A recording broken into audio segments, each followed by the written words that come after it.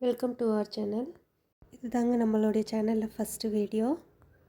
5/1/2005 இன்றைக்கி வந்து தேசிய பறவைகள் தினம். அம்மா வீட்டில் இருக்க பறவைகள்லாம் பார்க்கலாம் நம்ம.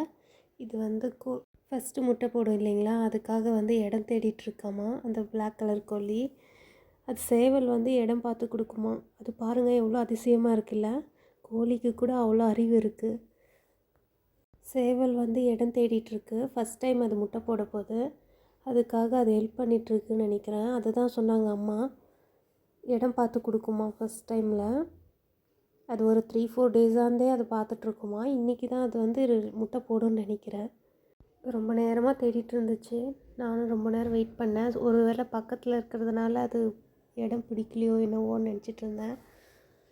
சரி, நானும் தள்ளி போய் நின்று வீடியோ எடுத்துகிட்டு இருந்தேன். ரொம்ப நேரமாக வந்துச்சு.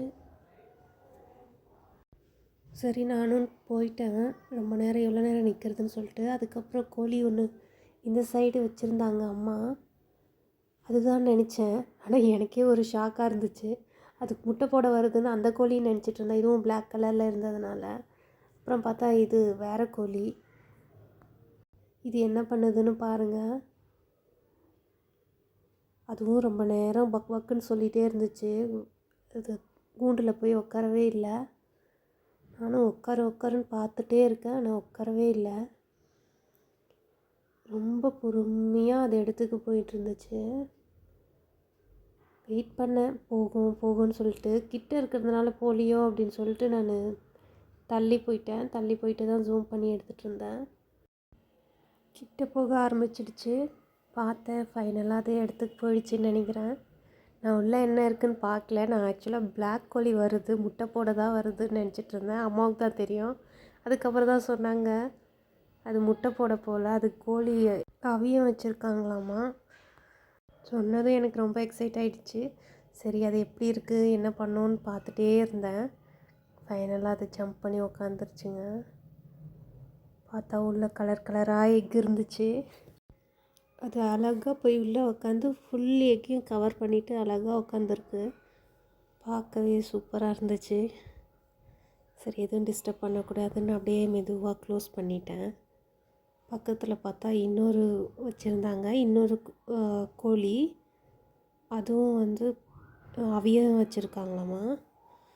பார்த்தேன், தெரியவே இல்லை.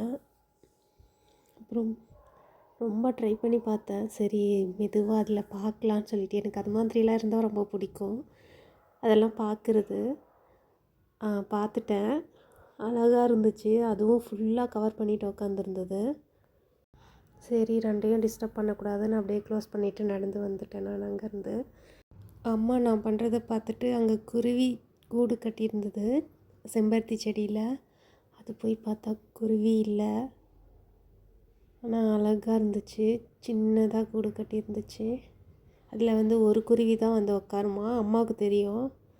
சரி, அப்படியே அந்த சைடு போனால் கோழி, ஃபுல்லாக கோழி அழகாக இருந்துச்சு. பார்க்கவே க்ரீனிஷாக இருக்கும். அங்கே போனாவே ரொம்ப மைண்டே ரிலாக்ஸாக இருக்கும். அம்மா வீட்டுக்கு போனால் அவ்வளோ நேச்சராக இருக்கும். கோழி எல்லாமே நாட்டுக்கோழி. அப்படியே அழகாக இருக்கும் பார்க்கவே. க்ரீனாக இருக்குது பாருங்கள். எனக்கு அந்த கோழி பார்த்ததுலேருந்து எல்லா கோழியும் பார்த்துட்ருந்தேன். எவ்வளோ கோழி இருக்குது என்ன பண்ணுது சொல்லிட்டு. அழகாக இருந்துச்சு பார்க்கவே. பாருங்கள் எவ்வளோ அழகாக இருக்குது நேச்சர். எதிர்ச்சியாக மேலே ஏறி பார்த்துட்ருந்தேன். அப்போ பார்த்தா மயில். எனக்கு ரொம்ப சர்ப்ரைஸாக இருந்துச்சு. நம்மளும் அந்த வீடியோ எடுத்துகிட்டு இருந்தேன்னா அந்த டைமில் மயிலை பார்த்ததும் இன்னும் எனக்கு ரொம்ப ஹாப்பி ஆகிடுச்சு. எப்போவாது தான் வருமா அந்த சைடு. ஆனால் நான் வீடியோ எடுக்கும்போது வந்ததும் எனக்கு ரொம்ப ஹாப்பி ஆகிடுச்சு. 2 மயில் இருந்துச்சு. அது தோகை இல்லை, தோகை இல்லாத மயில். அது ரொம்ப நேரம் அங்கேயே தான் இருந்துச்சு. அதுக்கப்புறம் அப்படியே அது போயிடுச்சு, உள்ளே நிலத்துக்குள்ளார போயிடுச்சு. சரி, பார்த்துட்டே இருந்தேன். ரொம்ப நேரம் பார்த்துட்டே இருந்தேன். இந்த சைடு வருமானு பார்த்தேன், வரவே இல்லை. சரி, கோழியை பார்த்துட்டு இருந்தேன். கோழி எல்லாமும் திரும்ப ரிட்டன் வீட்டுக்கு வர ஆரம்பிச்சிருச்சு. எனக்கு அப்பவும் வருமான்னு பார்த்தேன். ஆனால் வரவே இல்லை அந்த மயில்.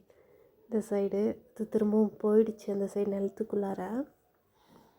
இப்போ இந்த பக்கம் கீழே வந்தால் அம்மா கூப்பிட்டாங்க. போனால் இந்த முட்டை போட்டுட்டு அந்த கோழி போயிருக்கு. அந்த கூண்டு பக்கத்தில் சின்னதாக ப்ளூ கலர் ட்ரெஸ் துணி இருந்தது இல்லைங்களா, அந்த இடத்துல அம்மா செட் பண்ணி வச்சுருக்காங்க. இன்கேஸ் அது வந்து உக்காந்துச்சுன்னா அந்த இடத்துல உட்காரும்னு சொல்லிட்டு. இல்லைன்னா முன்னாடி வீட்டில் ஊஞ்சல் இருக்குங்க, அந்த ஊஞ்சலுக்குள்ளார உட்காரும். நிறைய கோழி வந்து அதில் ஊஞ்சலில் வந்து முட்டை போட்டுட்டு போயிருக்கோம். சொன்னதும் எனக்கு ரொம்ப ஹாப்பி ஆகிடுச்சு. போய் நான் எடுக்கணும்னு சொல்லிட்டு நான் தான் ஃபஸ்ட்டு எடுப்பேன்னு சொல்லிட்டு போயிட்டுருந்தேன். அப்படியே மெதுவாக போனேன். அந்த கோழிக்கு டிஸ்டர்ப் பண்ணக்கூடாது இல்லையா, அதனால போனேன். பார்த்தா எனக்கு ரொம்ப சந்தோஷம். ஏன்னா ஃபஸ்ட்டு முட்டை இல்லையா, நான் தான் எடுத்தேன். ரொம்ப ஹாப்பியாக இருக்குது பார்க்கவே. எனக்கு அப்படியே சூடாக இருந்துச்சு தொட்டு பார்த்ததும். ஏன்னா எப்போவாவது தான் நாங்கள் வருவோம் இங்கே. பெங்களூரில் தான் இருக்கேன் நான். ஸோ எப்போவாது தான் ஊருக்கு வருவோம். வரும்போது இந்த மாதிரியெல்லாம் எனக்கு இருக்கிறதுக்கு ரொம்ப பிடிக்கும். அதுங்க அழகாக இருக்குல்ல நாட்டு முட்டை.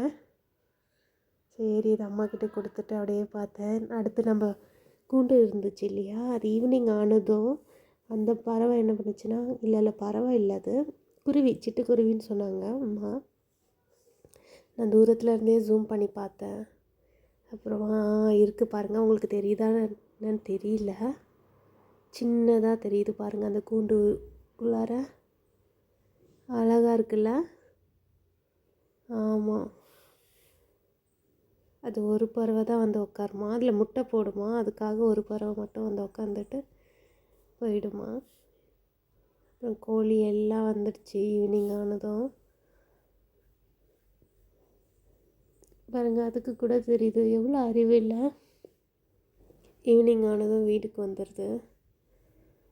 அழகாக இருந்துச்சு. எனக்கு ரொம்ப பிடிக்கும். ஊருக்கு போனாவே எனக்கு வரத்துக்கு மனசு வராது. பாருங்கள், இன்னொரு கோழி என்ன பண்ணுச்சுன்னா, இங்கே ஒரு கட்டில் மாதிரி போட்டிருந்தாங்க கோழிக்காகவே. அது பழசாயிடுச்சு. அதில் நிறைய கோழி இருந்ததுனால